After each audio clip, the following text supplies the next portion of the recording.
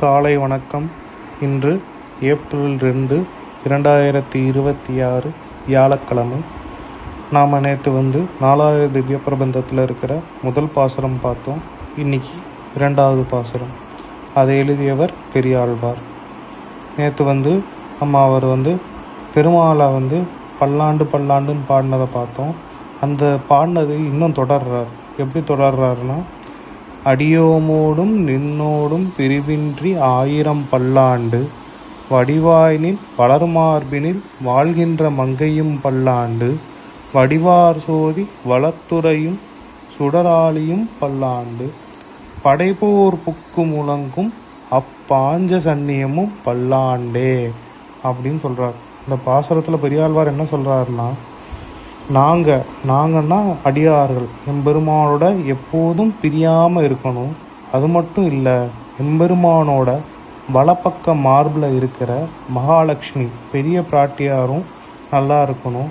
அதுவும் போதாது, எம்பெருமானோட சங்கு சக்கரம் இரண்டுமே நல்லா இருக்கணும் அப்படின்ற மாதிரி சொல்கிறார்.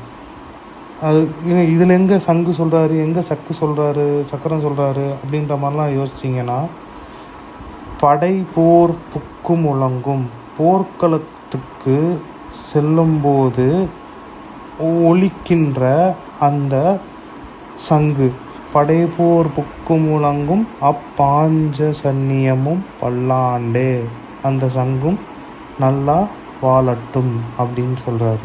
சரி, சக்கரம் எங்கே?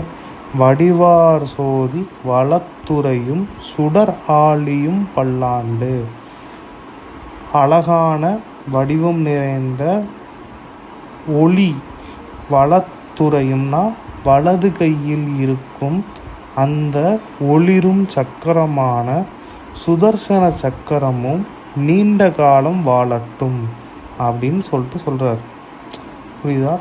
பெரியாழ்வார் இங்கே திருமாலை மட்டும் இல்லை, அவரோட தொடர்புடைய எல்லாருக்குமே, லக்ஷ்மி தேவிக்கு, சக்கரத்துக்கு, சங்குக்கு, எல்லாத்துக்கும் சேர்த்து மங்களம் பாடுறார். இது அவரோட பரிபூரண பக்தியோட வெளிப்பாடு. நம்ம ஏற்கனவே சொன்ன மாதிரி உண்மையான ஒரு அன்பு இருந்தால் மட்டும்தான் அவங்களுக்கு அந்த பக்தியோட வெளிப்பாடு அந்த அன்பில் தான் தெரியும்.